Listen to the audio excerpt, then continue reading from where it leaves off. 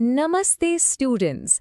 आज हम chemical kinetics का एक बहुत इम्पॉर्टेंट टॉपिक समझने वाले हैं, collision theory of chemical reactions. और मैं प्रॉमिस करता हूँ इसके एंड तक ये आपको एकदम सिंपल लगेगा। चलो एक मिस्ट्री से शुरू करते हैं।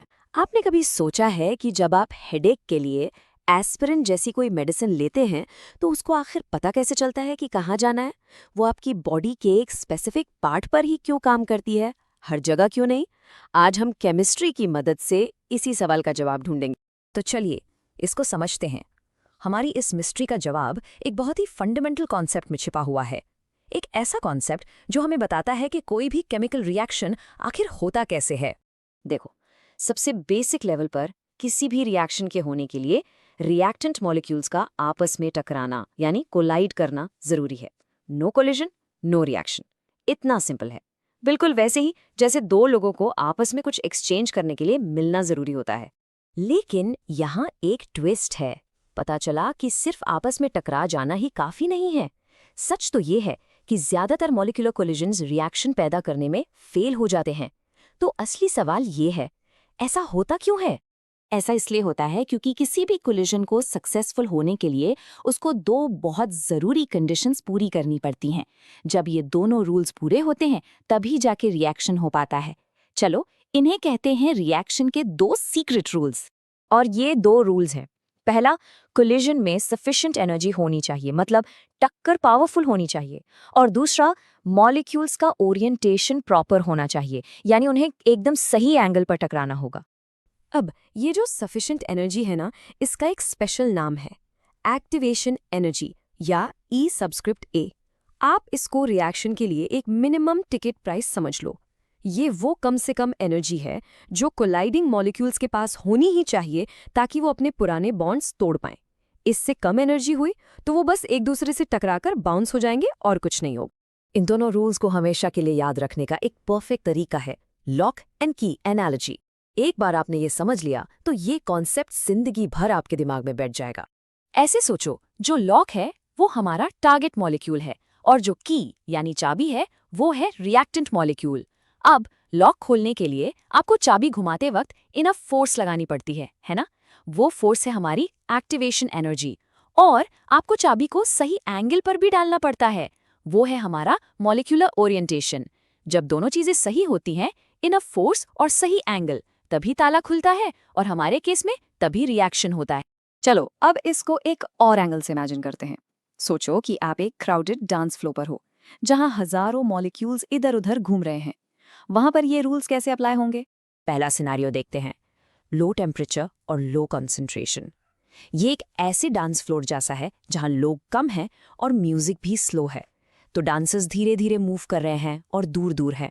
वो कम टकराएंगे और जब टकराएंगे भी तो टक्कर बहुत जेंटल होगी, कोई रिएक्शन नहीं होगा। अब दूसरा सिनेरियो, हाई टेम्परेचर और हाई कॉन्सेंट्रेशन। डांस फ्लोर एकदम पैक्ड है और म्यूजिक फास्ट है। सब लोग जल्दी जल्दी एनर्जेटिकली डांस कर रहे हैं। यहाँ पर कोलिजन्स बार बार होंगे और बहुत ज्यादा फोर्सफुल होंगे। इससे रिएक्शन के चांसेस काफी बढ़ जाते हैं। लेकिन सबसे इंपॉर्टेंट बात, इस हाई एनर्जी डांस फ्लोर पर भी हर कोलिजन काम नहीं करेगा। सिर्फ वो ही कोलिजन्स जिनमें परफेक्ट एनर्जी हो और परफेक्ट ओरिएंटेशन हो, एकदम आमने सामने की टक्कर, सिर्फ वो ही एक सक्सेसफुल डांस पेयर बनाएंगे जो हमारे लिए एक प्रोडक्ट। तो चलो अब इस थ्योरी को एक्शन में देखते हैं, एक ऐसी रियल वर्ल्ड टेक्नोलॉजी में जो आप रोज देखते हैं, भले ही आपको पता ना हो। आपकी गाड़ी का कैटालिटिक कन्वर्टर।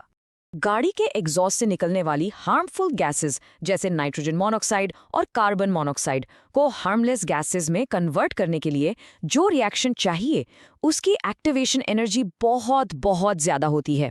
वो एनर्जी का पहाड़ इतना ऊंचा है कि अपने आप में ये रिएक्शन इतना स्लो होता है कि कोई फर्क ही नहीं पड़ता। और यहीं पर कैटलिस्ट का काम आता है। एक कैटालिटिक कन्वर्टर रिएक्शन के लिए एक नया आसान रास्ता बना देता है। वो एनर्जी ऐड नहीं करता, वो बस उस एक्टिवेशन एनर्जी के बैरियर को नीचे ले आता है। अब कम एनर्जी वाले कोलिजन्स भी सक्सेसफुल हो सकते हैं, जिससे रिएक्शन फास्ट और एफिशिएंट हो जाता है और पोल्यूशन कंट्रोल करने में मदद मिलती है। ठीक है, तो काफी कुछ समझ लिया हमने। चलो जल्दी से सारे की पॉइंट्स को समराइज कर लेते हैं जो आपको अपने एग्जाम्स के लिए याद रखने हैं। पहला, कोर आइडिया। रिएक्शंस के लिए कोलिजन ज़रूरी हैं, लेकिन सिर्फ वही जिसमें सफिशिएंट एनर्जी और प्रॉपर ओरिएंटेशन हो। दूसरा, इसको याद रखने का बेस्ट तरीका है लॉक एंड की एनालॉजी। तीसरा, एक बढ़िया रियल वर्ल्ड एग्जाम्पल है कैटालिटिक कन्वर्टर, जो एनर्जी बैरियर को कम करके रिएक्शंस को फास्ट करता है। और आखिर में हमारे पहले सवाल का जवाब, एस्पिरिन इसलिए स्पेसिफिक होती है क्योंकि बिल्कुल एक चाबी की तरह जो एक ही ताले में फिट होती है, एस्पिरिन मॉलिक्यूल को एकदम परफेक्ट ओरिएंटेशन चाहिए होता है टारगेट सेल में फिट होने के लिए, जिससे केमिकल रिएक्शन ट्रिगर होता है और पेन कम होता है। तो बस ये 3 चीज़ें याद रखिए, एनर्जी और ओरिएंटेशन का कोर आइडिया, लॉक एंड की एनालॉजी और कैटालिटिक कन्वर्टर का एग्जाम्पल। अगर आप इन 3 एंकर्स को पकड़ कर रखेंगे तो मैं गारंटी देता हूं कि आपने कॉन्सेप्ट मास्टर कर लिया है और एग्जाम्स में ये टॉपिक आपको बहुत हल्का लगेगा। All the best.